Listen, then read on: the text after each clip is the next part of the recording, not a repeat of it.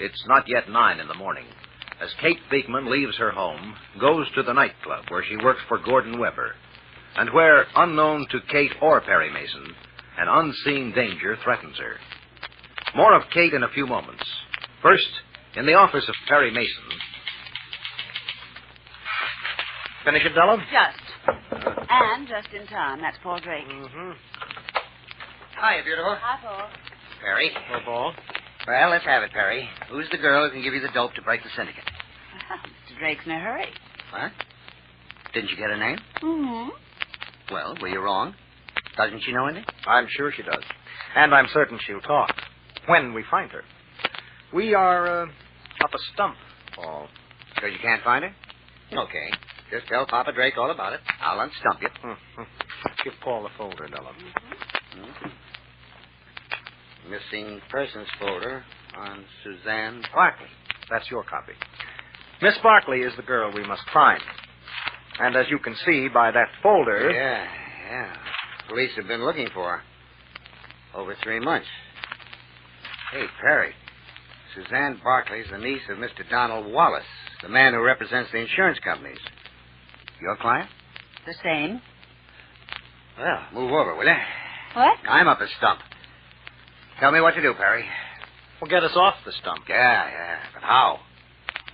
The guys from the Missing Persons Bureau are good men. They are. And Sue Barkley's mother and her uncle gave complete information. So far, the police haven't found a trace of her. They didn't know her hand was injured. Well, Lieutenant Halverson thought of that. He wants to follow up, check the doctors to learn where she got further treatment. Makes sense. But which isn't enough. Paul, the police have worked on the assumption that Suzanne Barkley is a poor, little, helpless rich girl.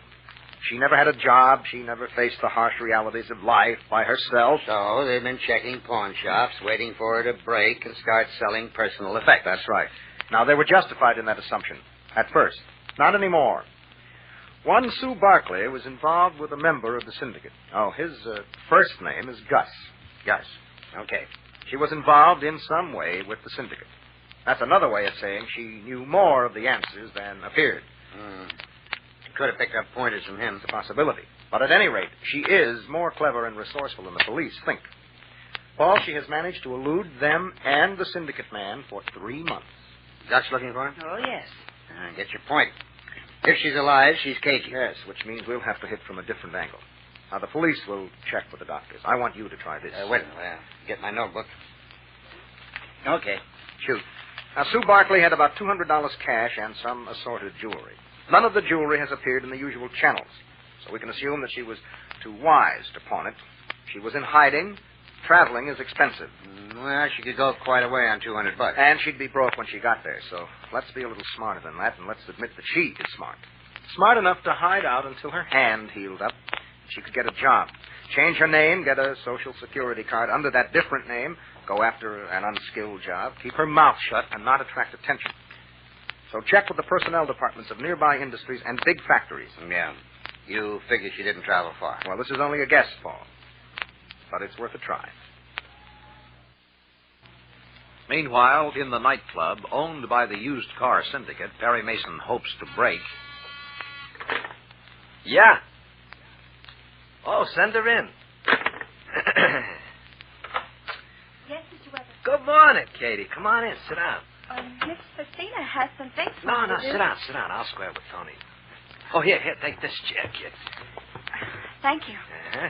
Comfortable? Mm-hmm. Yes. Well, how's it going, Katie? All right. Mr. Bolin, the kitchen manager, is very nice. Well, that's why I hired him. You getting along okay with Miss Faustina? Yes. That's swell. I'm glad you like it here, Kate. It's nice of you to... No, I mean it. I've got a special reason, but first I got to make sure of something. Katie, you sure your folks don't know you're working for me? They wouldn't let me work here if they did know. I guess not. I just wanted to be sure. I'm going to surprise them, Kate. What? And you, too. Everything's coming my way, Katie. Everything's copacetic, all but one thing. You. Now, wait a minute, Kate. You took this job because you wanted the job.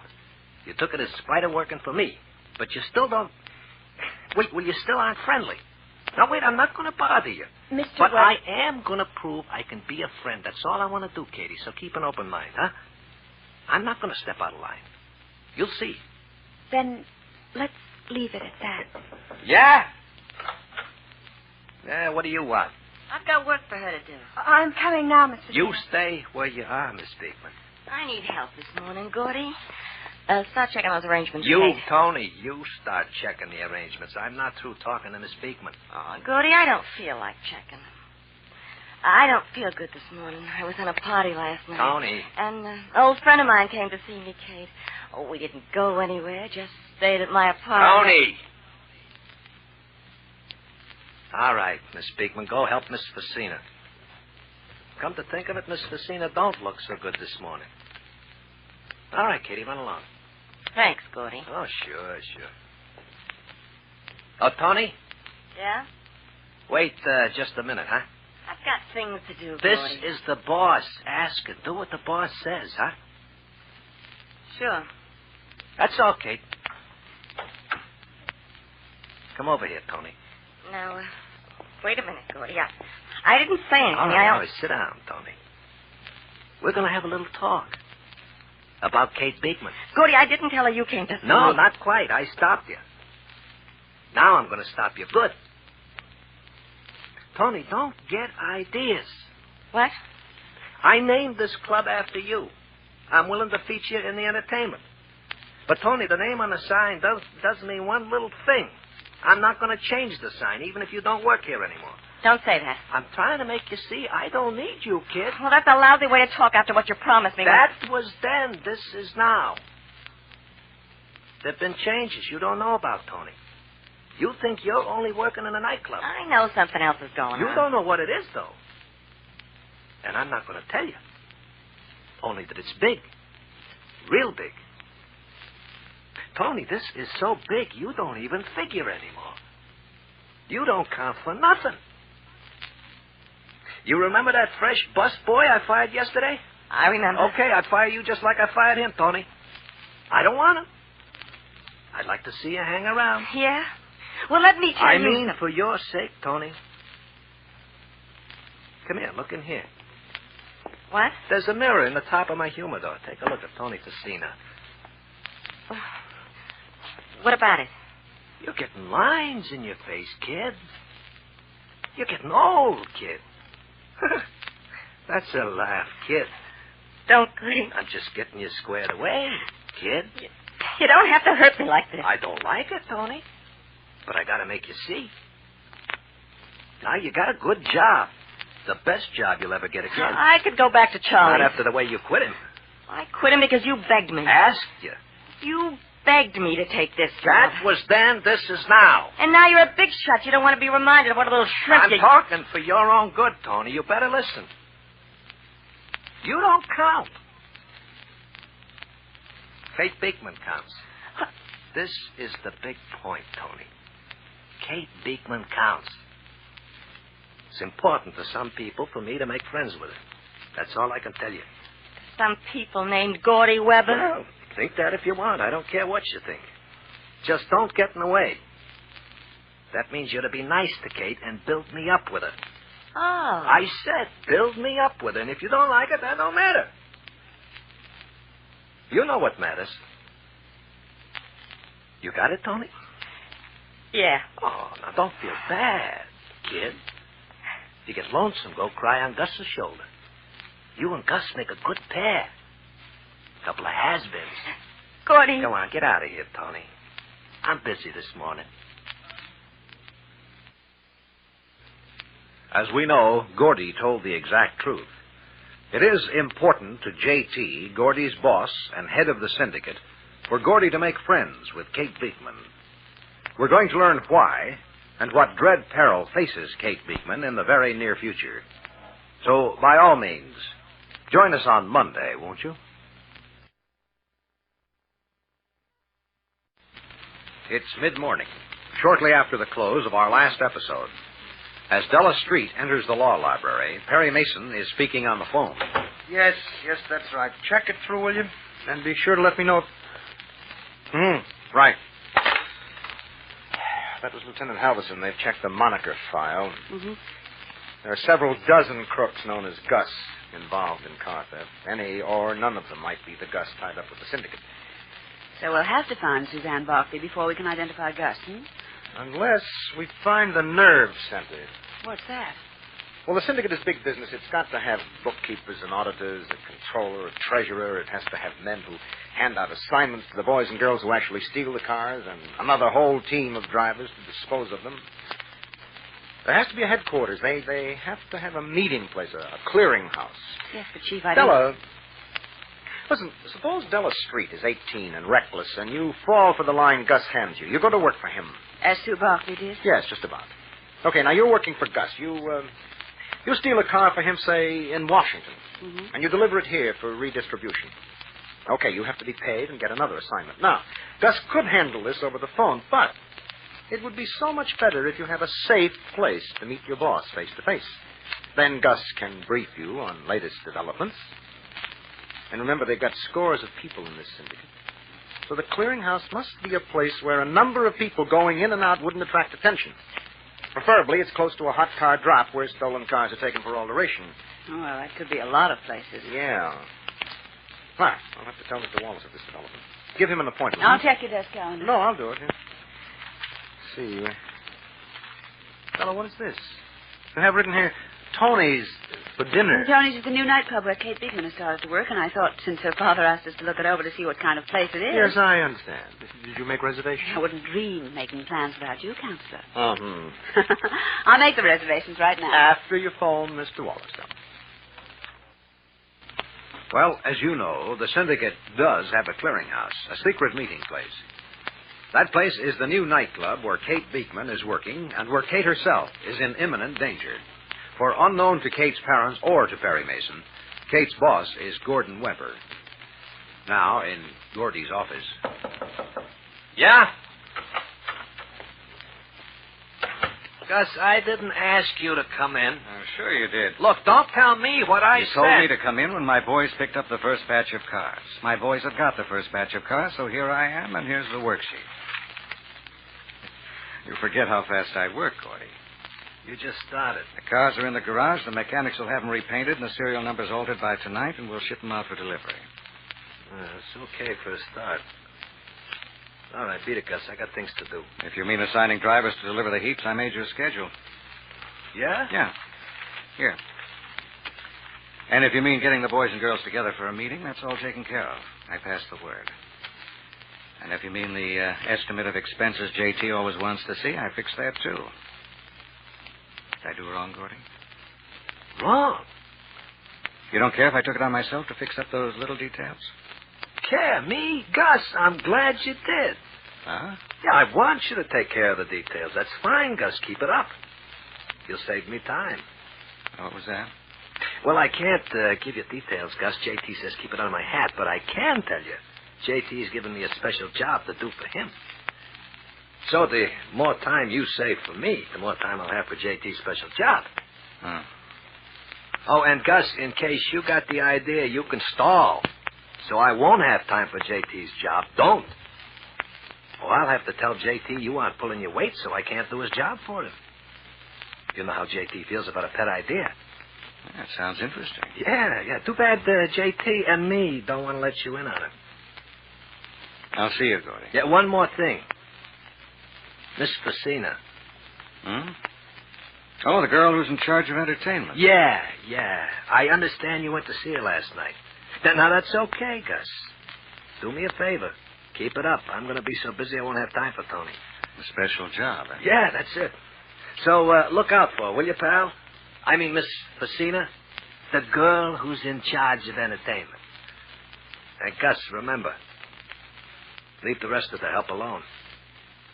You're referring to Kate Beekman? Her and the rest of them, except Tony. Now, get out. Oh, Gus, Yeah? report back at 2 this afternoon. Sure. Oh, hello, Gus. Well, if it isn't Miss Facina, who's in charge of entertainment, Huh? I want to talk to you. We've got nothing to talk about. Yeah, you've got something to tell me. Oh, no. And I've got something to tell you. Well, we can go in the cocktail lounge. I don't like cocktail lounges. Yeah, I'll get the door.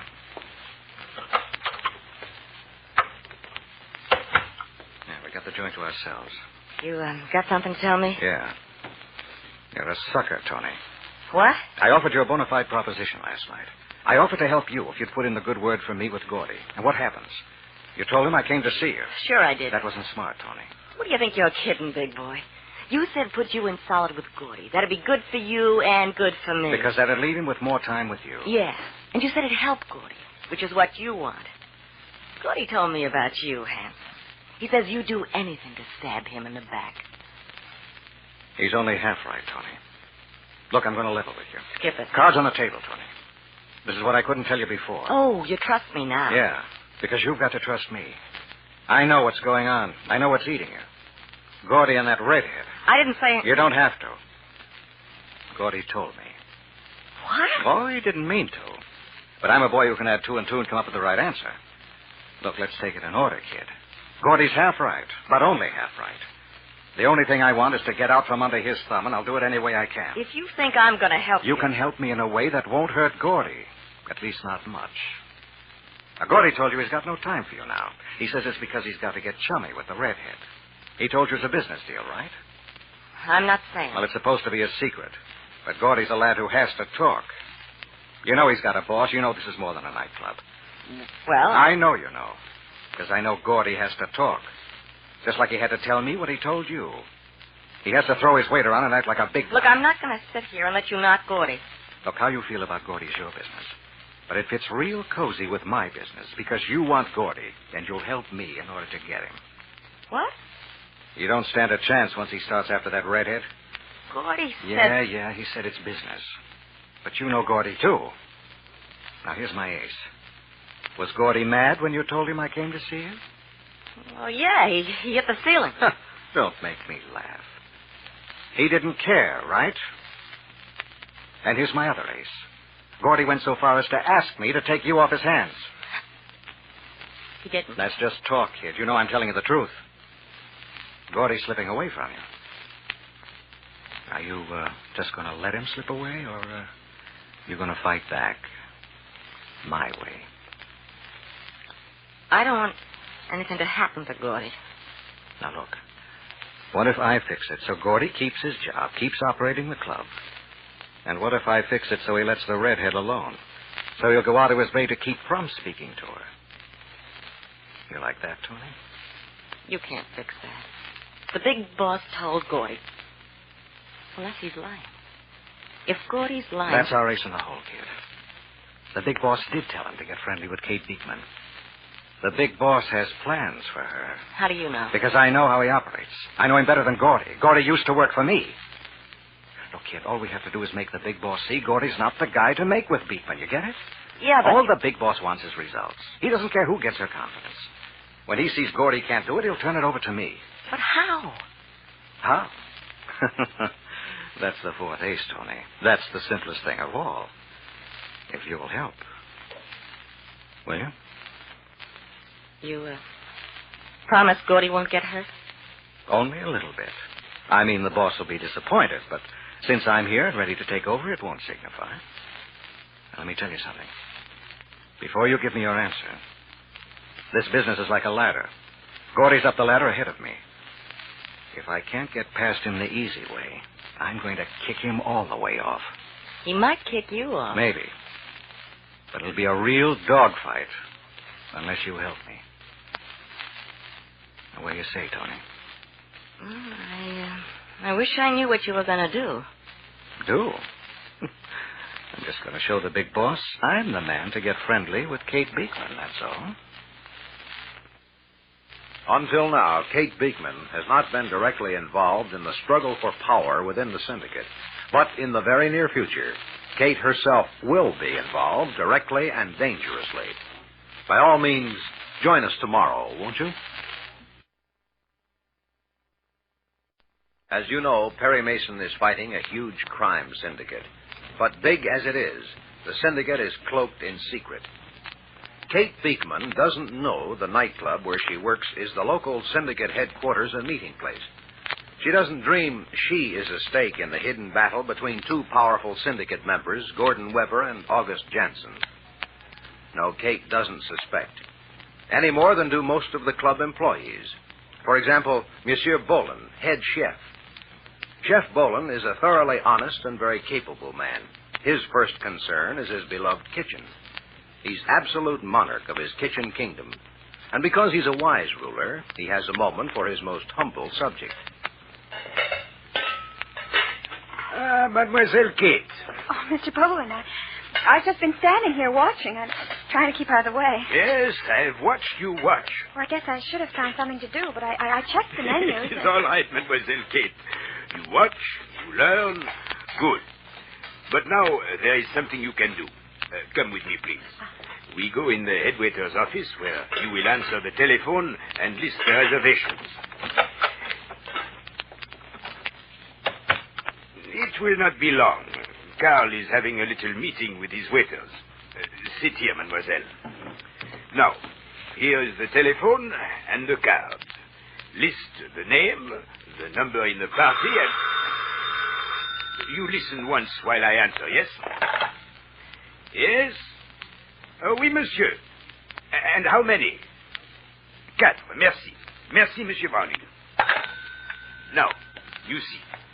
The name, the number in his party, and then put the card in the little box for Carl, you see? Yes, sir. Good. Now I have something to tell you, Mademoiselle Kate. I have decided to let you learn to check the food. Mr. Bolin, Mr. Weber said... Please. Mr. Weber is boss, yes, but he is not boss in the kitchen. Here, I am boss. Oh, yes, Mr. Weber says, I wish Mademoiselle Kate to be a food checker. But I make the final decision. Now I have decided you can learn. Thank you, Mr. Bolin. You are welcome, Mademoiselle Kate. I will return in a moment. All right.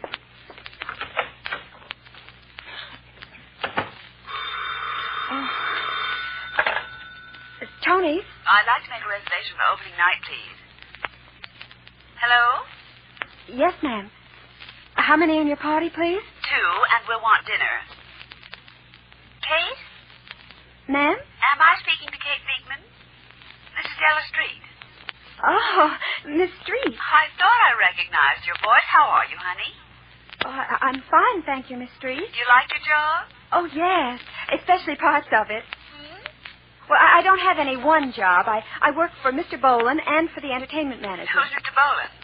Oh, Miss Street, he's so nice. Oh, young and handsome? No, he's older than my father. Which makes him ancient, of course. Well, not exactly, but he is nice.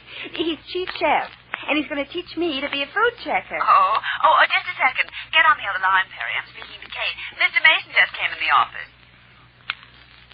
Hello, Kate. Hello, Mr. Mason. Well, how's it going? Oh, just fine, thanks. Swell. Did you get our reservations, Ella? Kate's taking it for me.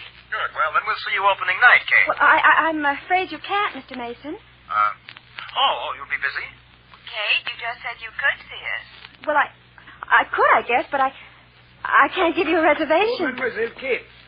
What did you say, Kate? Oh, just what I said, Mr. Mason. Well, why can't you give me a reservation? Now, I own a dress suit, you know. And I have a new evening dress. Excuse me, Miss Street. Did you want to speak to me, Mr. Bolin? Oh, no, I will wait. Yes, sir. Well, Kate? Well, I'm awfully sorry, Mr. Mason. Well, why? Don't you want us to come out? Oh, no, it isn't that, but, there aren't any more reservations. Mademoiselle Kate. People have been calling and calling, and, well, there just aren't any more reservations. But, Mademoiselle Kate... Golly, Mr. Mason, you and Miss Street are friends of mine, and if I could get you a reservation, I could, but... Well, if there's a cancellation, I'll let you know. I'll let you know the very first thing. Well, all right, Kate. I'm sorry, Mr. Mason, but... No, don't worry about it. Goodbye, Kate. Goodbye, Miss Street. Mr. Bolin. Yes? You had best explain, Mademoiselle Kate. I guess I'd better explain. Don't you think so? It's a secret, Mr. Bolin. Well, perhaps you will tell me the secret. Only I don't know if... If you can trust me with this great secret. I'm a man of trust, Mademoiselle Kate. Yes, sir. I believe you are. Mr. Mason is a friend of my father and mother. He's Mr. Perry Mason. The man of law. Yes, I know. Mr. Mason knows Mr. Weber. If Mr. Mason came here and saw Mr. Weber, Mr. Mason would know I work for Mr. Weber. And? And Mr. Mason would tell my father who the manager is. My father knows Mr. Weber. And my father wouldn't let me work here if he knew Mr. Weber's the manager. Papa is not en rapport with Mr. Weber?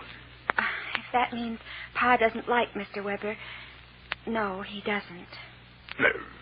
Papa has a reason, but of course. Yes. And Maman, she feels the same? Yes, sir. Well, what is it with Mr. Weber? Can you tell me? Only that something a long time ago. Pa and Ma don't like Mr. Weber. They'd make me quit my job if they knew. Then why do you wish to work here if Papa and Maman... Oh, Mr. Boland, I had to have a job. And this job is a chance to learn. I wanted to be a dancer. I studied for years, but I was in an accident. I can't dance anymore, but at least I can work around dances. I can learn to work in the entertainment business. But your mother and I'll father... be all right, Mr. Boland. Mr. Weber isn't interested in me. I don't know. It isn't as if I were here all by myself. But what have you just done? It's only a matter of time. Mr. Mason will come some other time. I'll make sure it's a time when Mr. Weber isn't here. But Papa and Maman, what if they come here? They can't. My father's on parole from prison. He can't visit a nightclub. Please, Mr. Boland, I'm sorry I had to lie to Mr. Mason. And to your parents? It is a lie when you keep the truth a secret. Perhaps it would be better if you did not work in this place. Mr. Boland, Mr. Weber isn't interested in me. All right, Katie. What, Mr. Weber? Carl's through with his meeting. Now you can come in my office. But I... This is the boss talking, Katie. Don't argue with the boss. I want to see you in my office. Oh, say, Mr. Boland. Yes? You know, you got us some free advertising? One of the columnists mentions you're going to be in charge of the kitchen for us. That'll mean at least 35, 40 additional reservations. Mr. Weber. Huh? Mademoiselle Kate is needed here. I had something else for her to do when Carl arrives. Oh, yeah? Now, listen, Chef, I don't have to... Yes, Mr. Weber. You are going to tell me? I know better than to tell you anything. Not here in your own kitchen. All right, I'll put it this way. Get this, Kate. This is the boss asking favors of the help. Okay, Mr. Boland, I'm asking you to send Katie to my office. Oh, but no, monsieur. Maybe you didn't understand, Chef. I wanted... Please. I decide I want Mademoiselle Kate to work here with me in the kitchen. Now, you understand? I ought to tell you to... What are we getting all upset for? Okay. Chef, have it your way. I'll see you some other time. Thanks, Mr. Boland. That time I could help. Here in my kitchen, I can watch as your papa would watch. But as that little man just said, there will be other times when I cannot watch. Well, Kate Beekman has gained a friend. Chef Boland is a friend. And as we're going to learn, Kate is going to need every bit of help she can get. Because Kate is on the brink of danger. Be sure to hear tomorrow's important development.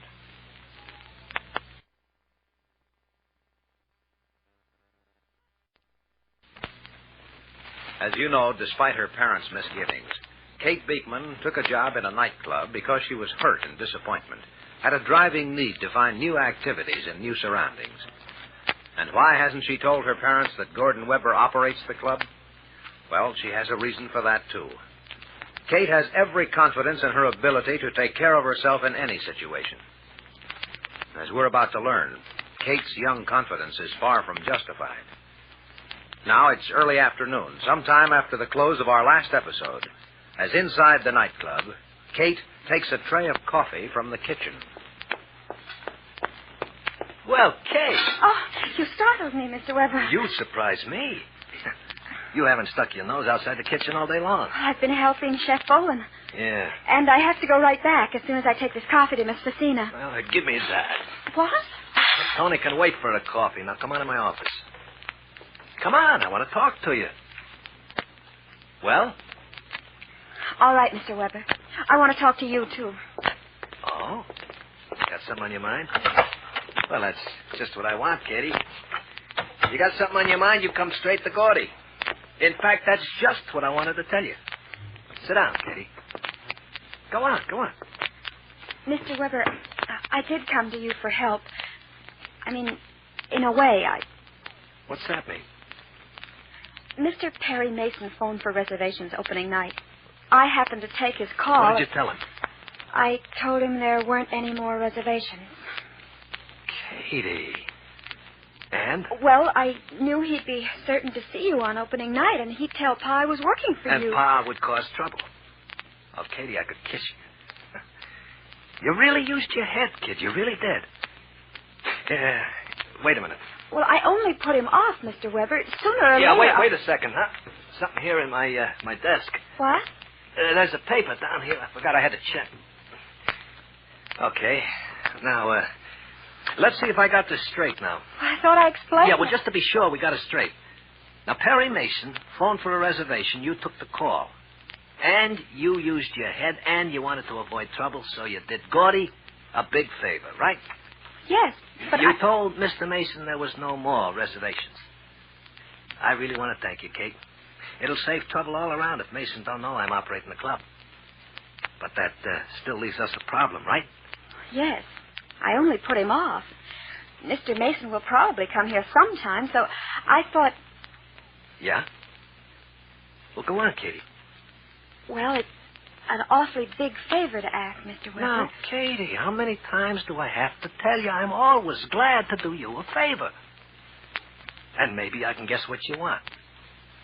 What if we wait a few days after we open up and everything's running smooth, so that I can be out of the place without everything going to pieces?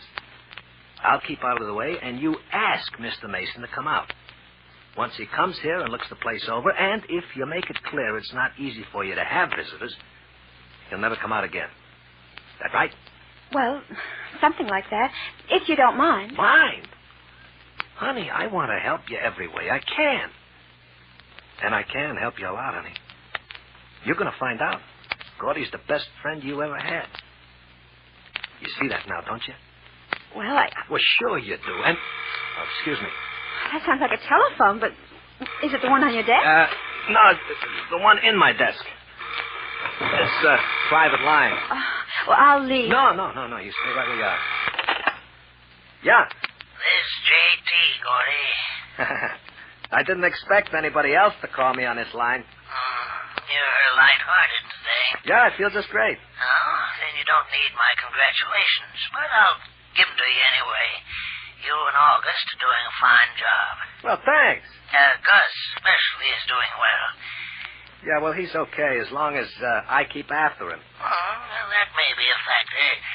However, you have more to do than ride herd on Gus.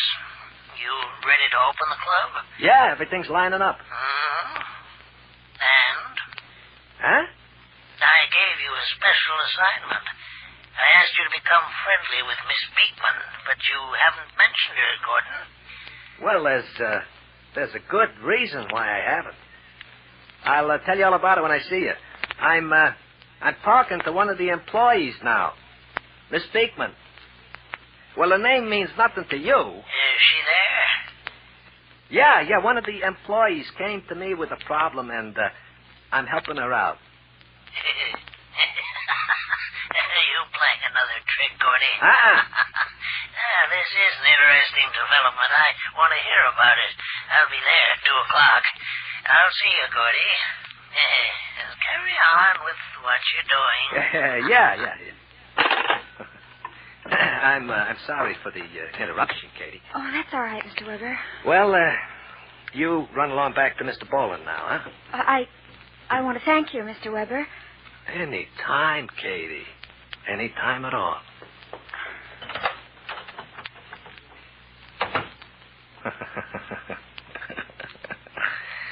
Any time at all, little girl.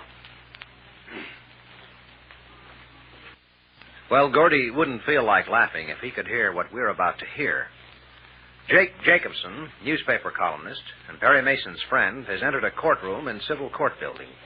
And seeing the court is in recess, and seeing Mr. Mason for the moment alone at his counsel table, Jake goes to speak to him. Hi, Mr. Mason. Jake, sit down. Thanks. How's it going? Fine. How's Helen? How's Jimmy? Just swell. How's it with you? You asked me that a minute ago. Everything is still fine. Uh-huh. Della okay?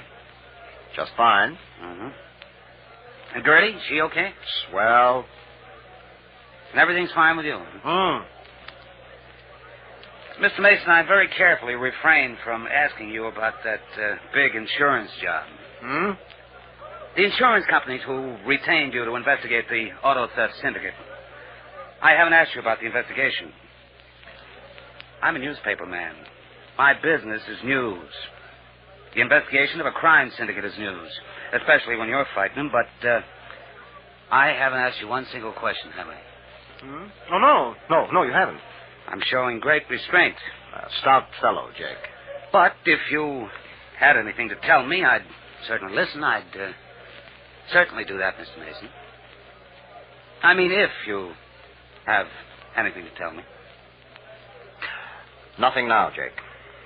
Is it in the works? Yes. I'll let you know when I have something to tell you. But meanwhile... Yeah. Well, how you doing? Just fine.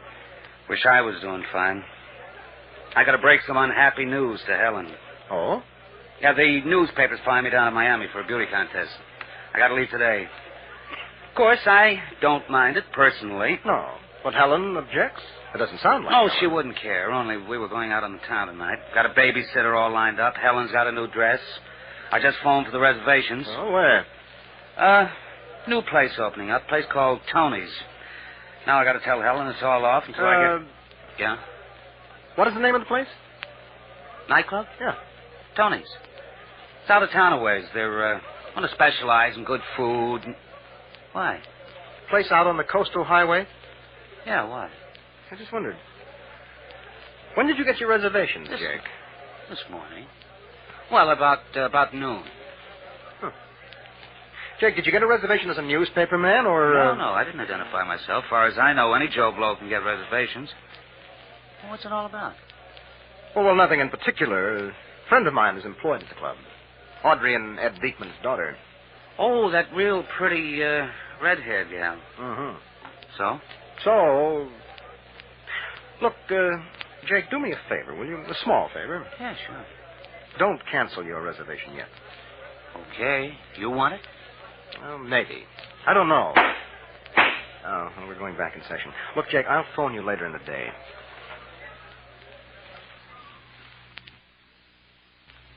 As you know, Gordon Weber is very much involved with the crime syndicate Perry Mason's investigating.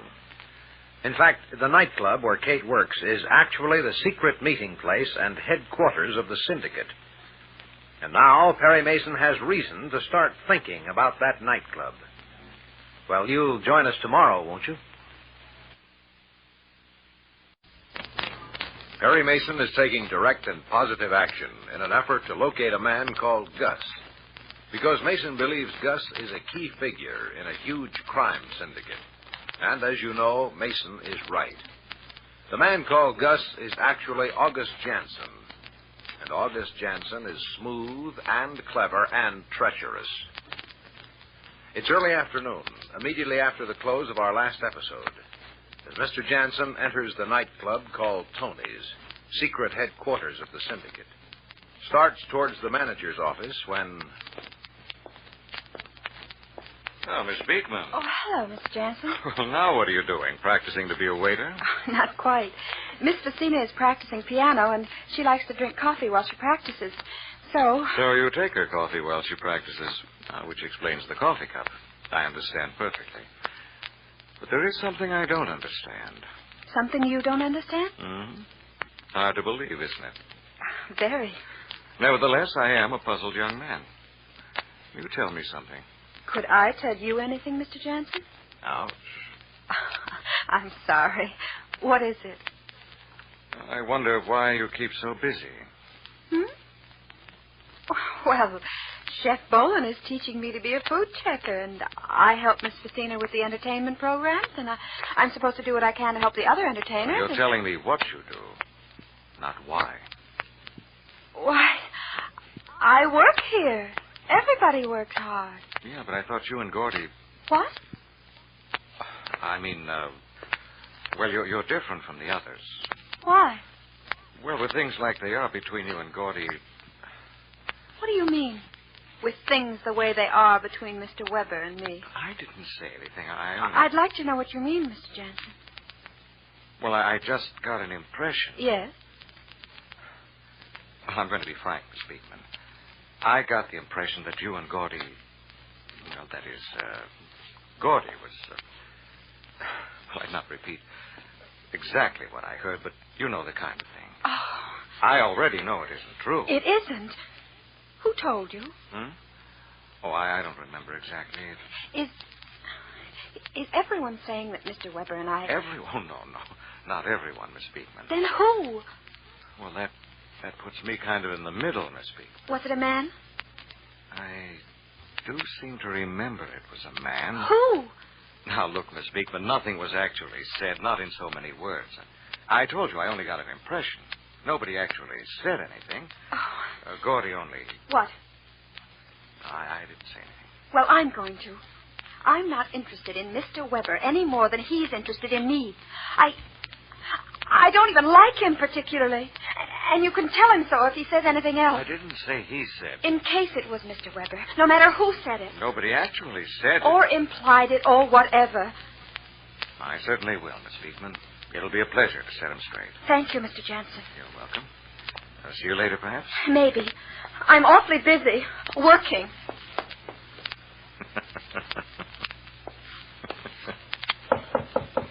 Yeah. Well, gosh, you're early. What'd you come early to get a drink, Gus? I'll get by on chewing gum, Gordy. Yeah, sit down. I'll be with you in a second. Take your time. I like to watch you comb your hair. Yeah, I'm trying out a new barber. Well, I got the next shipment all lined up. Here's the layout. Save it. Nix, I'm in a hurry. You wait. Look, don't start slinging your weight again, pal. You'll wait if I say so. But I don't feel like arguing. Not today, so I'll tell you the boss is going to meet here with us. JT wants to see me, huh? He wants to see me. I asked him if you could sit in. What? Turn around so I can hear. I can't. I'm trying on a new bow tie. I ordered a batch of new ties, exclusive pattern. Want me to tie it for you? I know how to tie a bow. Yeah, take a look. Classy, huh? You laughing at the tie, pal? The tie? No. Oh, Gordy, no. That's a good-looking tie. But? Well, in that bow tie, you look like you're going to graduate from junior high school next week. Or maybe the week after. The blue jean set's going to go crazy over you, kid. The blue jean set, huh? Yeah, the Bobby Soxes, the junior misses. Not the junior misses. Well, they're about your size, kid. Yeah, well, you know dynamite, Gus. It comes in small packages. Yeah, so does half a pint of skim milk, if you know what I mean. Well, don't lose your temper, son. Well, why should I lose my temper? When everything's going so good. I mean, in regard to Miss Beekman. Kate Beekman, you know. You're making time with Miss Beekman? No kidding. No kidding. Well, that ought to surprise JT. Why? He wants me to get friendly with her. No, I mean, it's going to surprise him because you're doing it. At least you say you're making time with her. You going to tell JT? Yeah. Why? Oh, I happened to see Miss Beekman on my way in. You speak to her? Mm-hmm. Look, I told you nix, and J.T. told you nix. Is it my fault she speaks to me first? Wants to stop and talk? Can I help it if the girl practically buttonholes me and tells me something funny? What'd she say? Well, it wasn't what she said so much. More like, the way she said it, if you know what I mean. Come on. What are you getting at, Gus? Nothing. Only, Gordy, you think you should tell J.T. you're making time with the girl? Why not? Because from what she said, she's got no time for you, kid. Not even a split second. But maybe your way is better. You tell him what you told me, then I'll tell him what Miss Beekman told me. J.T. is sure going to be surprised. Unless, Yeah? I was going to say, unless you don't tell J.T. you're making time. That'd only leave me one choice, Gordy. I'd have to tell him what you claim. It'd be my duty, you understand. I understand you, Gus. And you understand J.T.'s in for a surprise either way. So are you. I'm going to tell you something, Gus. For your information, I got the girl lying for me. Huh? Yeah, I got Kate Beekman telling lies for me. Lying to her friends for me. You heard of Perry Mason? Perry Mason's a friend of hers. Perry Mason wanted a reservation open tonight, but Kate knew it might cause trouble if Mason gets wise on Kate's boss. So Kate told her friend a lie. She told him there's no more reservations. Cute, huh? You're lying. You'll see, jerk. So will you. Call her in and ask her, Gordy. I don't have to. J.T. won't believe you, not when I tell him what the girl told me. Oh, you jerk. Well, it's my word against yours. Gus, I'm going to tell you something else. You're in for a surprise, pal. Brother, this is going to knock you for a loop. Well, if Gordy knew what Della Street is about to learn, he, too, would be most surprised. Della is entering a courtroom in Civil Court building. And as she goes to Perry Mason's console table... read following name properties into the record. Perry. Yes, Della. I got a report from Paul Drake. You want to hear it now, or... Well, tell me. This is routine. Well, Paul's been checking the industrial personnel offices. He's already located 5 girls who might be Suzanne Barkley. Oh? He'll follow up, of course. Well, that's not an encouraging report. Well, at least I tried to get something. I didn't just sit here and listen to Platt E. Block 39 or Township Cat. Oh, well, neither did I. What'd you do, work a crossword puzzle? Well, now, if you're going to take that attitude... What'd you expect? Something happened? Mm-hmm. A friend of ours came by, a newspaper fellow. Oh? Jake Jacobson? Mm-hmm. How's Helen? Well, you phone her and ask her. Right now, I have something to ask you. You spoke with Kate Beekman when you phoned the nightclub. So did you. Yes, so you can confirm what I thought she told us. Didn't Kate tell us there were no reservations? That's right, all sold out for opening night. What time was that? Do you remember? About 10 o'clock this morning. Mm-hmm. Why, Chief? Jake had no trouble getting reservations this afternoon. What? Oh, well, maybe there was a cancellation. Kate promised to tell us if there was an opening. Yes, but... I don't understand it. Neither do I. But I'm going to. Kate was very much and very strangely mistaken. Or else... Or else... She lied to us. I mean to find out. Oh, well, not now. Now we go back to work. Oh, Your Honor, in view of the detailed properties in question, I would like to find out... As Gordy said, J.T. and Gus are going to be surprised. I can tell you there'll be a number of surprising developments in the immediate future. Gordy's got something up his sleeve, and as you heard, so has Perry Mason. You'll join us tomorrow, won't you?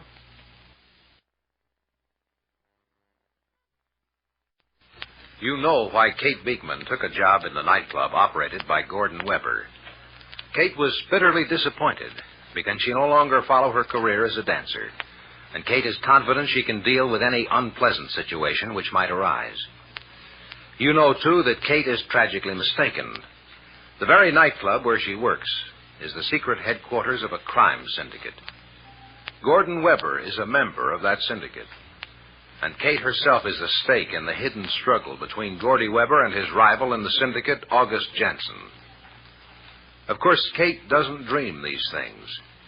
She doesn't hear what's being said behind the closed and locked door of Gordy's office, where Gordy looks up at Gus Jansen, grins, and taunts the bigger man. Well, go ahead, Gus. Go ahead. Go ahead and ask me. Ask me how I'm going to prove I got Kate Beekman telling lies for me. What? Don't jump, Gus. It's only J.T. coming through the private entrance. Hiya, J.T. Gordon? Hello, J.T. Hey, J.T., wait till I tell you. Hello, August. I'm having a little drink, boss. Fix you one? No, thank you. I'm watching my weight. Gus ain't having one either. But Gus ain't worried about his weight. Gordy, be quiet. You boys have something to tell me? Gordy has, J.T. I'm not sure. You guys go ahead. Well, it's what I couldn't tell you over the phone, J.T., about Kate Beekman. She was right here in the office when you phoned. Gordy? No, it's okay, J.T. I told Gus you want me to get friendly with the kid. I told you to keep it under your hat. Oh, well, I'm sorry, J.T. I thought it was okay to tell Gus. I figured Gus is a member of the family. Well, I could cut my tongue out. Yeah. But that's water over the dam. I'll remember next time. Anyhow, I'm getting results, boss. Yeah, to what extent? J.T., she's thinking about me. She's worried about me. She's lying to her friends to protect me. That's a remarkable statement. I'm a remarkable guy. You have something to add to this, August? Well, there's no reason for me to stick in my 2 cents. Now, let's have it. That's really nothing, J.T. Stop that, August. The two of you was snarling like two strange dogs when I came in. Each of you feels he's put one over. J.T., I didn't say I nothing. know you, Gordy, and you, August. All right, August. You got something to say? Say it. Well, I don't like to do this, J.T. It makes Gordy out a liar. Say that. Yes, sir. Well, on my way in the club, Miss Beekman stopped me. She wanted to talk. Yeah. That's only the second time I've seen her, J.T., but I've been polite and respectful to the girl. She appreciates it. Say that, too. What'd she say? Well, she was worried and had something on her mind. What? She finally told me. Some big mouth has been flapping his jaws. Somebody's been talking about her and Gordy here. Huh? Well, nothing specific, you understand, and I'm not saying it's Gordy who's been working his big mouth. I'm not going to tell you Gordy's a guy who has to talk big because he's such a little squirt. No, I'm not going to tell you that. But the fact remains Miss Beekman is unhappy because some blabbermouth's been talking about her and Gordy. That's why I can't understand Gordy saying the girl did a favor for him. And what she said to me, she wouldn't give him the back of her hand. Gordy? Just a minute, J.T. Is that all, Gus? That's all. I repeat it for what it's worth. Yeah, well, you were right, Gus. It was worth just about 2 cents. It isn't true, Gordy. Well, now, I'm going to tell you. I could say Gus is a liar. How do I know what Kate told him? If Gus says so, I can't prove he's a liar. Just as you can't prove the girl did you a favor. I don't like to contradict you, J.T., but yeah, I can prove what she did for me. Are her own words good enough for you? Probably. Well, I just happened to have a recording of what she told me not an hour ago. I got a tape recorder hooked up on my desk. You want to hear the tape, J.T.? Why, yes, Gordy, if you please. Okay. Oh, Gus, if you don't want to hear this... You listen. Play it. Okay, J.T. Look, this happened when Kate came in my office a little while ago. I saw what she was leading up to, so I reached to my desk and switched on the recorder, just so I'd have proof. Well, you listen to it. What were you saying, Katie? I did come to you for help, Mr. Weber. Okay, any way I can help you, you just tell me. Well, it concerns both of us. Mr. Perry Mason phoned for reservations opening night, and I happened to... What'd you tell him? Well, I knew you didn't want him to see you, so I told him there weren't any more reservations. Katie. And? Well, I knew he'd be certain to see you opening night, and there might be trouble if Mr. Mason... So anyway, I told him there weren't any reservations for opening night. Well, thanks, kid. But that still leaves us a problem. Yes. Mr. Mason will probably come here sometime, so I thought, well, I mean, later on, if you tell me a night you wouldn't be here, I'd ask Mr. Mason to come out. I'm sure he'll only make one visit. Well, you heard the way it is, J.T. Did you hear it, Gus? We both did. Sure, and you see what it means, J.T.? It means more than she just did me a favor. She told a lie for me. She lied to her friend for me. That puts her and me on the same side, see? It puts her and me working together, close together, against other people. Now, what I'm saying... You don't have to draw me pictures, Gordy. Yes, sir. Oh, just one more thing, J.T.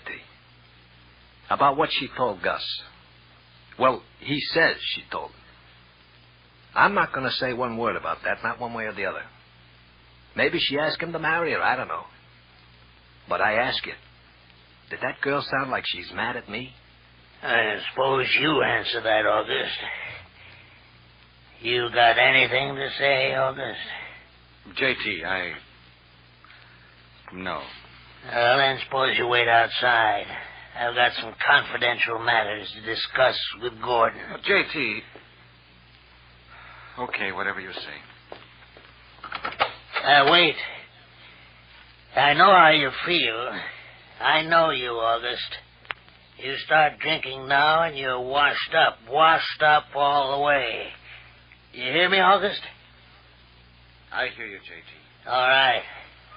Wait outside while I talk to my second in command. Meanwhile, many blocks away, as Perry Mason and his secretary leave a courtroom in Civil Court Building...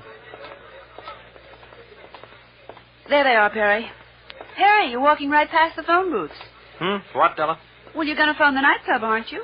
The nightclub where Kate Beekman is working, and where she told you there aren't any more reservations for opening night. I know the place you mean. Well, I was beginning to wonder.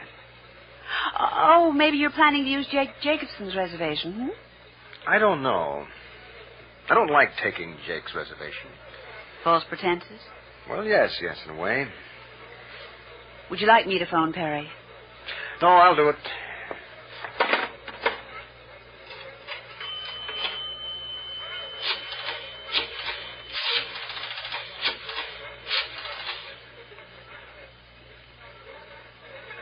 Just a moment. Is this Tony's nightclub? I would like to make a reservation for 2, please. Yes, for dinner. I'd like it for opening night if that's... Well, are you sure you... Oh. Well, you must have had some cancellations. Well, I was under the impression you were completely booked up on opening night. Oh, no, just something I heard. Oh, the name, yes.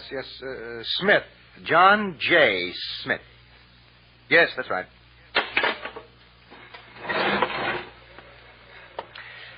They have a number of reservations available. Oh? So they gave another to John Smith. That you? Yes. Kate lied to us. I wonder why. Well, we'll find out, Della. Everything has been going smoothly for J.T.'s syndicate and for Gordy Weber. There's hardly a cloud on Gordy's horizon. But as you just heard, a storm is building up just over Gordy's horizon. You know there'll be fast action and exciting developments in the immediate future. So you'll join us on Monday, won't you?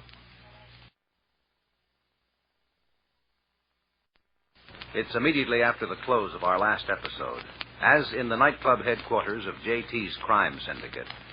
August Jansen leaves J.T. and Gordy's office. Now Gus crosses the main floor, glances at the maintenance crew preparing for opening night, enters the deserted cocktail lounge. The lounge is shadowy, but the ornate decorations, crystal fixtures, bottles stacked in tiers behind the bar, especially the bottles, gleam in the light which comes through the wall of glass brick. Gus Jansen stops, leans his elbows on the bar, gazes at his ghostly reflection in the mirror, and thinks, It's been a long time since I stood at a bar and looked at me, looking back at me. Here we are again. Right back where I started. It's like riding a merry-go-round. Yeah. Same old merry-go-round. Round and back where I started. Or almost. I haven't got back to Suzanne. No. I haven't got back to Miss Barclay. Not yet. Maybe I'll get back to Sue Barclay. If I ride the merry-go-round long enough and far enough. Maybe. Something to think about, eh? Hey, Gus. Your mind's wandering. What are you looking at? Those bottles on the other side of the bar? Well, what do you know? Look at all the pretty bottles. You say I can't reach one of them? Oh, you don't think I should get one? Why not? That's what they're for, isn't it? Now, look, don't tell me it's okay for some guys, but not for me. If I want a drink, I'll take a drink. I'll show you. I'll reach out and take... Gus, I've got to talk to you. Well, if it isn't Miss Facina who's in charge of entertainment, how do you do, Miss Facina? I'm not doing good, and neither are you. I'm doing okay, Tony. I'm riding the merry-go-round. What? It goes round and round without going anywhere, if you know what I mean. No. Gus, listen. You were right about Gordy and Kate Beekman. Only it's worse than I thought. Are you listening to me? Mm-hmm. Say, you've been dodging me. Tony. If I hadn't seen you sneak in here to look at yourself in the mirror... I didn't sneak. I rode in here on a merry-go-round. Are you drunk? No, Tony, I'm not drunk. I'm not... Yeah. You don't dare take a drink. Gus, look at me. You've got to do something. I am. I'm riding the merry-go-round. It's my own personal means of transportation. Gus, if I didn't know better, I'd think you are drunk. Not yet. Let me tell you about this merry-go-round. You don't grab a brass ring. You grab a bottle. What? You reach over like this, see? And you grab a bottle. I grabbed the brass ring, Tony. Gus, don't. Baby, mustn't touch. Don't open it. You know what'll happen. If you take a drink, you'll drain the bottle. Well, I'll get another one. There's lots of bottles. Give me that. I need it. Why? What happened? The little friend showed me I'm still going round and round. What happened? I came back, Tony. I've been doing good. The big boss was smiling at me again. Your little pal made a chump out of me right in front of the big boss. So here I am back where I started. Gus, don't open Watch that. how I break the seal. I'm good at this, baby. Gus, please. I'm all washed up. Tony! I won't let you. Shouldn't have done that, Tony. But at least I didn't break. So, Gordy was right, huh? Hmm? About you. Laugh? Oh, he laughed at you when he heard you were coming back. And Gordy called his shot. Called his shot? How? Oh, you didn't worry him, big boy. Gordy had you figured from a way back. You know what he said? Gus can't take it, he said. He's a frontrunner. You watch, Tony. I'm going to stomp him. I'm going to break him. Gus, if you take a drink, you are licked. You know it as well as I do. So don't give up. What do you care about me, baby? You? I don't care if you roll in the gutter. After you help me get Gordy back. What do you want him for?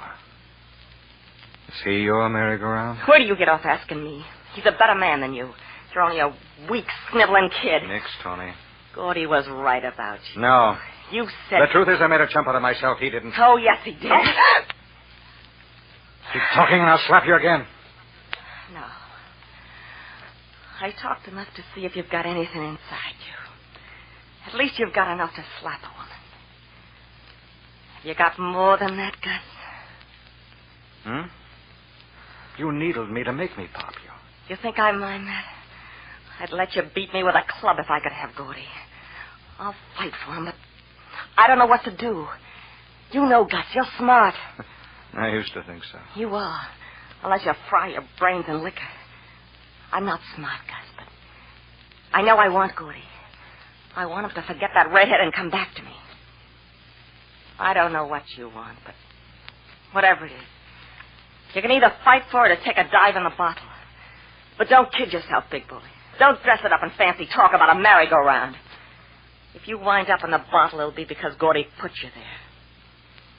What's going to happen when you wake up and call yourself the things I called you?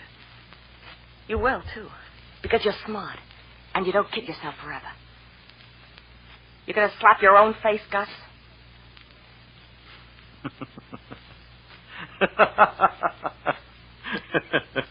You know, you're good for me, Tony. Now, you're going to bust it up between Gordy and Kate? Okay, if you want to try. You just tell me what to do. Even if it means... Yeah? You know what I'm getting at. Even if it means getting rid of her. Play for keeps, don't you, baby? I know what I want. Well, that's out. The big boss wants to use her for something. Okay, we'll do it another way. How? We'll have to work on her. I'll work on her. No, Tony.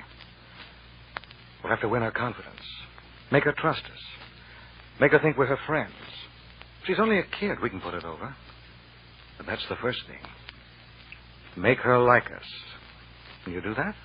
I don't like it, but okay. Then? Then we'll have to watch our chance. Okay, but what we do? Make friends. And then light a little fire under her. You do what I tell you? Sure. Only let's do something. Okay, Tony. We'll start as of now. As soon as you leave here, make a point of seeing Kate Beekman. And when you talk to her... Meanwhile, in the office of Attorney Perry Mason.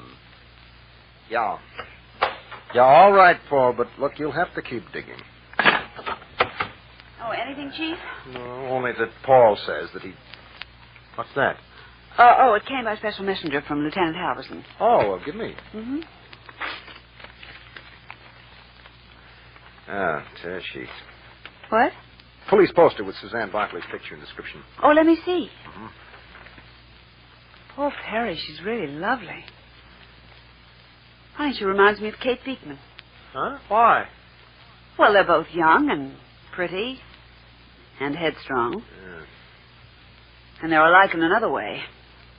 Kate is hiding something. Now, Della. Yes, she is. Or why doesn't she want you to see where she works? Well, there could be a dozen explanations. Yes, she could be hiding a lot of things. Della. I'm sorry, Perry, but Sue Barkley does remind me of Kate. Oh, now, look, I don't think for a second that Kate is mixed up with the Syndicate or anybody in it. But I am worried because she's hiding something from her folks. Well, actually... Well, actually, she lied to you. Anyway, I'm glad we're going out there to dinner. No. Because you're worried about Kate, or... Because I'm worried about Kate. And because I'm hungry, too. Think they serve a good steak? Which reminds me, I'll have to stop by the bank. Oh, what? Well, you don't want to wash dishes for a steak.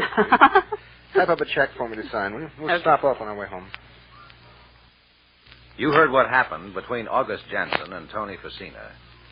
You know Kate Beekman is in danger. But I can tell you Perry Mason is on the brink of a key discovery in regard to Suzanne Barkley and August Jansen and Kate Beekman.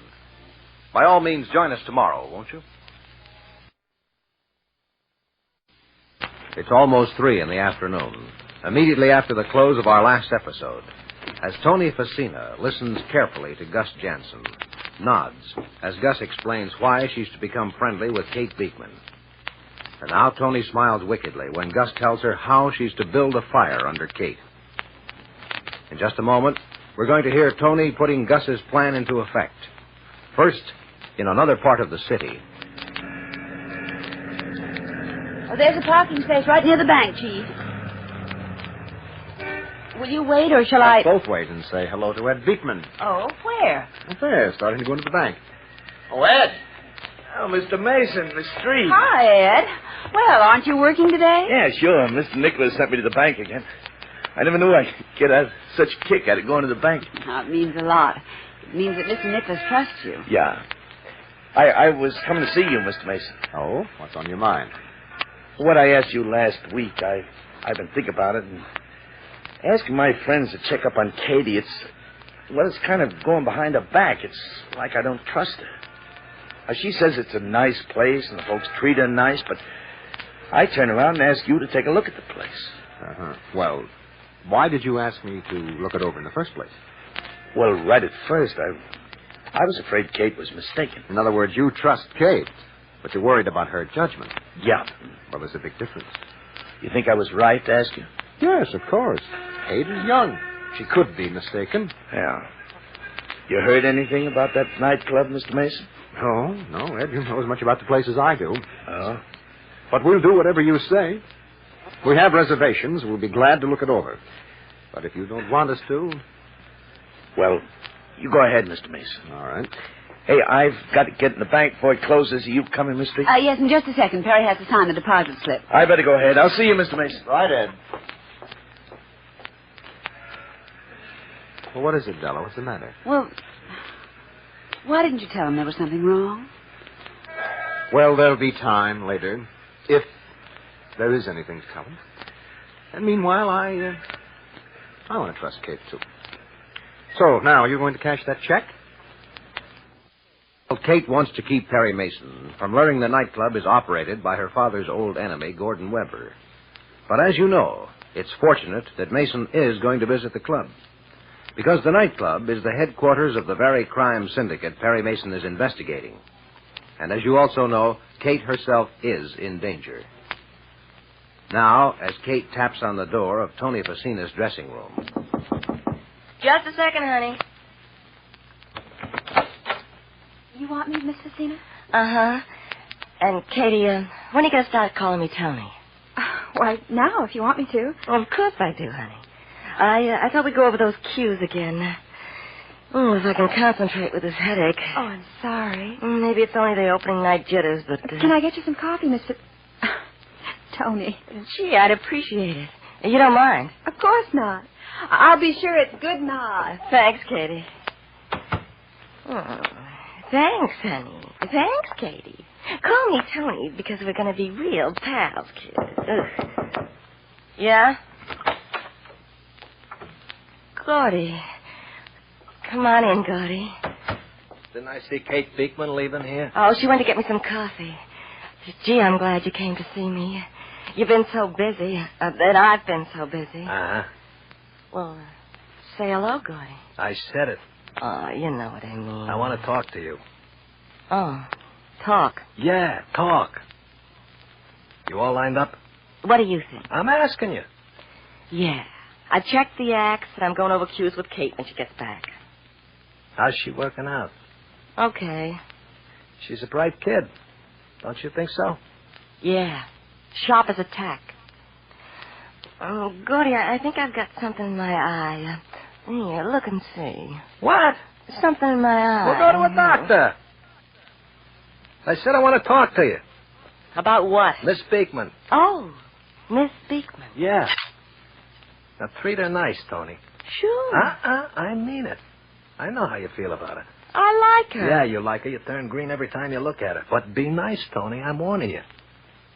And one more thing. I'm letting her give you a hand, but she's not your personal servant. Huh? I mean, don't ask her to wait on you. Every time I see her, she's bringing you something from the kitchen or from the bar. She offered to get me some coffee. Ah, who do you think you're kidding? It's the truth. She offered. Look, Tony, I'm telling you, don't make her wait on you.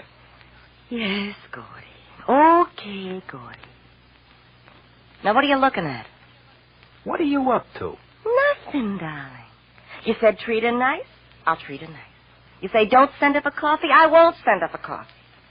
Anything you say, Gordy. Yeah, well, I'm going to make sure it's just like I say.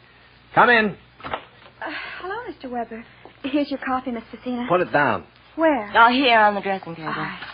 Say, Katie, how come you don't call her Tony? You standing on ceremony? Why? No, that's all right. Don't call her Tony. You're helping Tony, but I'm the boss, and don't forget it. I won't, Mr. Weber. And since you mention it, Miss Facina asked me to call her Tony. Well, then why didn't you? I just forgot. Yeah, okay. Another thing, you're helping Tony with entertainment. You're not a personal servant. You don't have to go trotting off for coffee every time she snaps her fingers. What? I offered to to get it for? As I tried to explain to Mr. Weber. Well, you listen to me explain. Now, get this, Katie. There's just one boss here. That's me. If anybody bothers you, all you have to do is let me know. Well, I'm getting along just fine, Mr. Weber. I'm going to see it stays like that. Remember what I told you? Gee, Tony, you sound as if I'd been complaining, but I haven't. I know you haven't, but Gordy, well, he's just Gordy. Tony, can I ask you something? Why, sure. What? Well, something I heard. I was good and mad when I heard it, but then I decided the man who told me was mistaken. Told you what? Something he heard. He said people here in the club are saying that Mr. Weber and I... Well, that Mr. Weber is interested in me, personally interested. Have you heard? Oh, I wouldn't pay attention to gossip. Have you heard that he's interested in me and I'm interested in him? You can hear anything if you listen. Then you did hear it. Aren't you, interested in Gordy, Kate? No. Katie, I thought we were going to be friends. No? So it's one-sided, huh? What? Katie, I wouldn't say a word. Not a single word. But you asked me. You mind if I talk to you kind of woman to woman? I want you to. Well, I've known Gordy a long time. He's a good little guy in lots of ways, but... Yes? Well, we've all got faults, and Gordy's a little guy, only he has to act big and talk big. Yeah, I've heard some talk. Oh, nothing you could put your finger on, but I hear Gordy's warned everybody to leave you alone because he's staked out a claim. Oh. Well, don't let it bother you, Kate, but take a word of advice, huh? I wouldn't be alone with him any more than you can help. Oh, you don't have to be afraid of Gordy, only... Well, look, have you met August Jansen? Yes. You like him? Well, he seems very nice. Well, he is. Now, there are men like August Jansen who a girl can trust to the end of the world. But Gordy, well, as much as I like Gordy, you be careful. Maybe I shouldn't have told you. No, I'm glad you did. Thank you, Tony. Oh, anything for a friend, honey. Now, let's forget Mr. Weber and go to work, okay? You see the purpose behind Tony's pretended friendship. And you know Tony's treachery is beginning to pay off. Because already Kate Beekman is beginning to fear Gordy Weber. Already Kate is being prepared to like and trust August Jansen. Already Kate is in danger. More of this tomorrow, so by all means join us, won't you?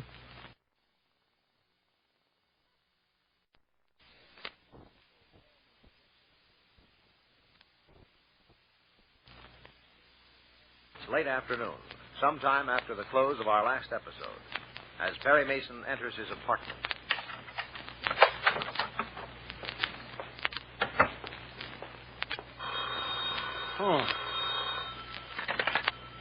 Hello? It's me, Perry. Well, what's up, Della? Oh, you changed your mind What? about dinner? Me? Change my mind about dinner? Oh, Mr. Mason, how you talk. No, Lieutenant Halverson called. He wants to speak to you. Is he phoned? No. You say what he wants? Only that he's made a discovery about Suzanne Barkley, Perry. But didn't he say what it was? No. Are you disappointed that he didn't pick up a lead to Gus instead? Frankly, yes. I'd like to get my hands on Gus. He must be quite an operator. Why do you say that? We hardly know a thing about it. We know how Suzanne Barkley reacted to him. Well, We know a young, inexperienced girl has managed to disappear and remain disappeared in spite of police and her mother's efforts to find her because of Gus.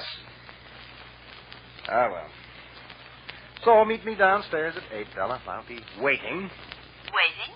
As usual. See you, Della. As you know, Kate Beekman doesn't want Perry Mason to see where she works, because Gordy Weber, her father's one-time enemy, manages the club. But if only Kate knew the truth, she'd thank her stars Mason is coming to look the place over. The nightclub Gordy manages is actually headquarters of JT's crime syndicate. Gordy is an important syndicate member, as is Gus Jansen, the man Perry Mason is trying to find, the man who wrecked Sue Barkley's life. In fact, at this very moment, as Gus Jansen watches the door to Tony Facina's dressing room, flattens his long body against the wall as the door opens. I'll see you later, Tony. All right, Kate.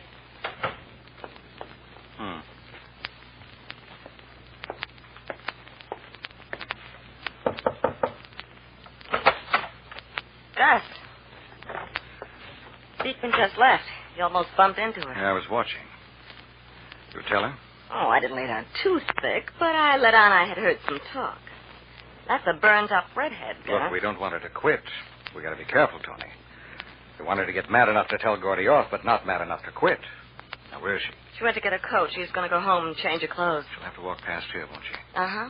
Why? I'm going to catch up with her when she walks past. If she tells Gordy Keep off... your voice down. Let the door crack so I can see the hall. If she tells Gordy off, maybe he'll fire her. That's the last thing he'll do. The big boss has a use for Miss Beekman. And when the big boss learns Gordy can't get to first base, he'll ask me to cultivate Miss Beekman. You sure we won't get Gordy in Dutch? Oh, sure. You better mean it, big boy. Look, you want the guy back, don't you? Yeah, but in one piece. Oh, what kind of talk is that? Look, I don't know what you and Gordy and your boss are up to, but I've been around. Now, what does that mean? I've been around. So what? So I know you guys are working a racket. Look, Tony, think what you want, but I wouldn't say that right out loud. Not to me, not to Gordy, not to anybody. Don't look at me like that. I only... You only thought out loud. Make it the last time. Well, sure, Gus. Besides, what makes you think we've got a racket? You hear anything? No. See anything? No. Gus, will you stop looking at me like that? Look, wait for her outside, huh? I like it here. I don't like you here. Why, Tony? Why? You're mean, Gus. Gordy told me. Yeah? What? He told me you're mean. Real mean, but I didn't believe it until I saw your face change. I can't help my face, baby. Oh, yes, you can. You let me see what you really look like because you wanted me to see. You wanted to scare me. I want to call it off. Yeah? Yeah. It's too late to back out. Please. You can't back out now, Tony. You'll help me handle this the easy way, or I will get mean. And I can, Tony. I can. So if you make me handle your boyfriend the hard way... Wait. No, that isn't Kate. Listen, Tony, as soon as she comes past, I'm going to follow her to the parking lot. And I'm going to offer her a ride home. But I want Gordy to stop us. What? He's in the kitchen talking to the chef. As soon as I follow Kate, you beat it in there and let Gordy know you saw me talking to her in the parking lot. He'll come out and stop us. And? That's all. What about Gordy? Stop worrying. Huh. Did you put in a good word for me with Kate? Yeah. Huh? I told you the kind of a man a girl can trust to the end of the world. Pipe down. She said you seemed very nice. I said pipe down. Don't. Oh. No, please don't. You're killing me. Will you stop it, Gus? Here she comes.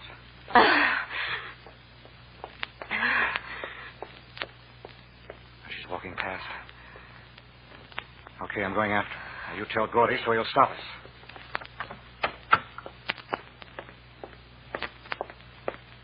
Oh, Miss Beekman. Oh, hello, Mr. Jansen. May I open the door for you? You may. I'm going to ask you something first. May I ask you a personal question, Miss Beekman? Very personal, Mr. Jansen? Very, very personal. All right. What? Well, you work here in the nightclub, and I'm associated with the manager in business. You mean we've something in common? We're co-workers in a way. So? So, don't you think we should get on a first-name basis? Do you? Kate, I promise I won't get mad a bit if you call me Gus. What do you say? All right, Gus. Now I'll open the door. It's getting warmer. Yeah, maybe it'll snow. Oh, I hope not. Not opening night. No, it won't snow. Gordy's too lucky. Yeah, Gordy's a very lucky guy. Is he? Say, Kate, speaking of Gordy, which way are you going? Oh, to the bus stop on the corner. What about Mr. Weber? Well, maybe you won't like it because I stuck my nose in. But I happened to hear a couple of the waiters talking, and when one of them mentioned Gordy's red-haired girlfriend, well, I set him straight. I shouldn't have done it without asking you, but, well, you know the talk going around about you and Gordy. Yes. Well, it burned me up when I heard it. Now, I know it isn't true. Are you mad at me, Kate? Oh, certainly not. You did what any gentleman would do. Thanks, Kate. Thank you, Gus. Don't let it get you down, Kate. I guess you're right. Well, I gotta catch my bus. Are you... No, I've got my car. Oh. Say, why don't you ride with me? Oh, why, Come on, I'm going your way. How do you know? Oh, I know because I've got a brand new car. And I'll go almost anywhere to show it off. It's right here in the parking lot. Oh, is that yours? Hmm? Oh, it's one of those foreign cars. The motor and chassis from Italy, and the body's a custom job. How you like it? Oh, it's lovely. Oh, it's so low to the ground. I can look over the top. Yeah. Hey, Kate, let me show you something. Hey, wait till I open the hood. You want me to look at the motor? I don't know anything about motors. Oh, just take a look. See? Very pretty. Pretty? Well, if you say so. Hey, wait a minute. Let me show you this. Well, I'd love to see, Gus, but I have to get home and change my clothes and get back. Oh, just take time to look in the luggage compartment. I have to go home, Gus. Okay, Kate. Then hop in. Thanks.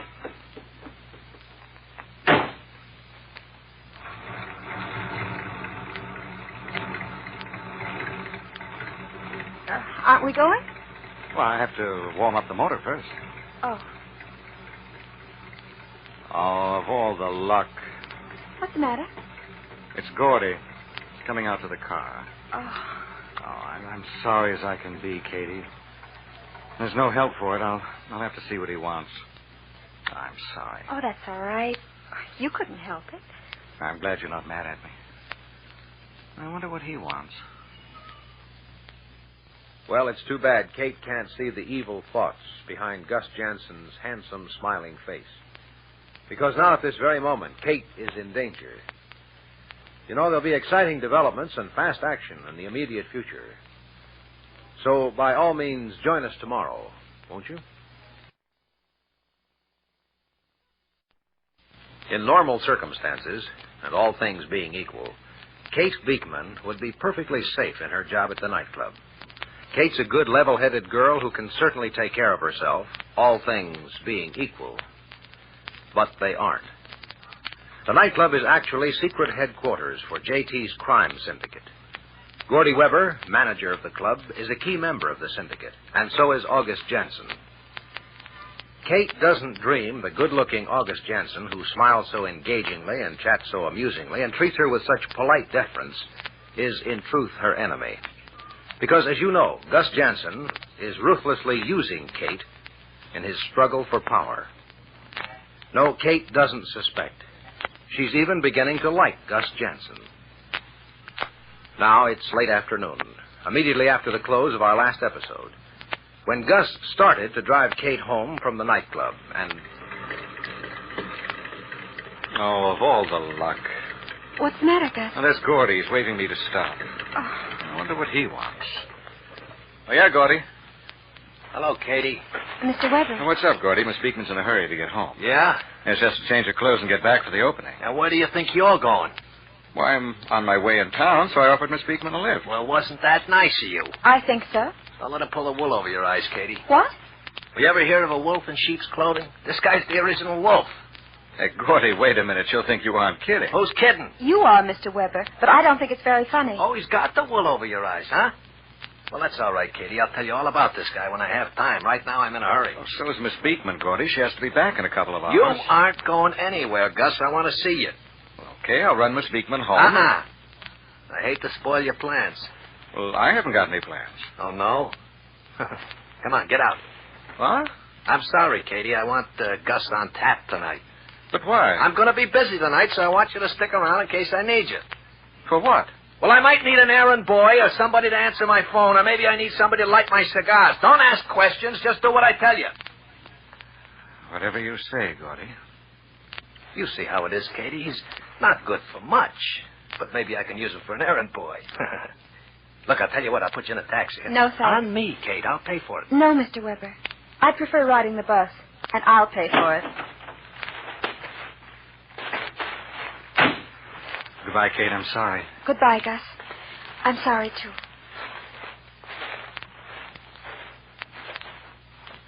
All right, give me a match. My cigar's going out. That's a good-looking girl. Well, don't you think she's a good-looking girl?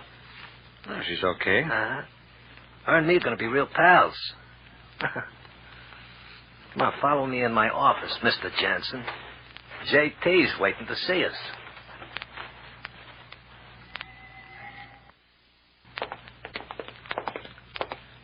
After you, Gordy. Yeah. Well, I finally got him to come in, JT. Hey, how are you, JT? I was just driving off when Gordy stopped me. Yes, I was watching through the window. I'd have come on the double if Gordy had told me you were here. He couldn't very well do that in front of the young lady. Well, that's true. Now, how's it going, JT? Sit down, Gus. And you, Gordon. Something wrong, JT? Nothing that can't be corrected. I told you to leave the girl alone, August. Well, she happened to be leaving at the same time I was, so I offered her a lift. I've been nice to her because I thought that was what you wanted. You wanted to like the place. I'm part of the setup. So I've been nice to her. Well, what's wrong with that? What is wrong with it, Gordy? Nothing. Only you don't mean it. Yes, he does. Well, maybe you believe him, but that sweet talk don't mean a thing to me. I know him, Gordon. I'll see he means it. August, I won't warn you again. All right, be polite to her, but that's all. Whatever you say, JT. Okay, now beat it. JT and I got plans to make. Sure. I've been thinking. Nobody's interested. Well, I think JT will be. JT, I don't know what you want to use her for, and I'm not asking. But I've got an idea what comes first. You want to get her on the hook, right? And if you're right? There's lots of ways to handle it, but as you may remember, I worked out a gimmick that's foolproof. I told you to get out of here. Foolproof and iron-bound, JT. JT, you know the deal I worked just before you sent me away? With Suzanne Barkley? That's what made me think of it. Well, Kate Beekman's a lot like Sue Barkley. That's true. And my way is a real advantage. In case anything goes wrong, she won't dare open her Wait a minute, JT. You thinking of turning it over to him? Now, take it easy, pal. I'm only suggesting a way for you to frame Kate Beekman. Yeah, it's a good thought, August. Look, I'm going to tell you something, JT, and if it makes you mad, I can't help it. This guy's up to something. I only want to He's help. up to something. I know he is, Gordon. Huh? Because I know him. I've known him a long time. Longer than you, my boy. Yeah, I know him, and I saw him. Well, what do you mean, JT? August, you didn't know I was watching you. But I saw your face when you followed Gordy in from the parking lot. You remember when I gave you the opportunity to work for me? Yeah, I was having some trouble with Lonnie. You happened to see how I took care of him. Yeah. I remember the first job I gave you? One of your boys was getting ideas. Ola, wasn't it? Who? You didn't know him, Gordon. No. You had me teach Ola a lesson, and you went along to see how I handled it. Yes. You did very well. You like that kind of work, huh? I could tell by your face. I watched you, August. Stop thinking what you were thinking, August. I know what you're thinking. I know you. And, August, you know me, yes? Yes, sir. Just so long as we understand each other. Now, you may explain to Gordy how you framed Suzanne Barkley and how we can adapt the plan for Miss Beekman. Meanwhile...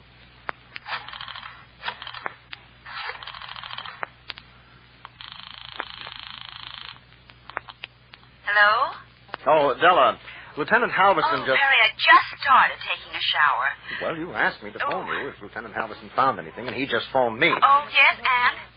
We are going to have more help in our search for Suzanne Barkley. What?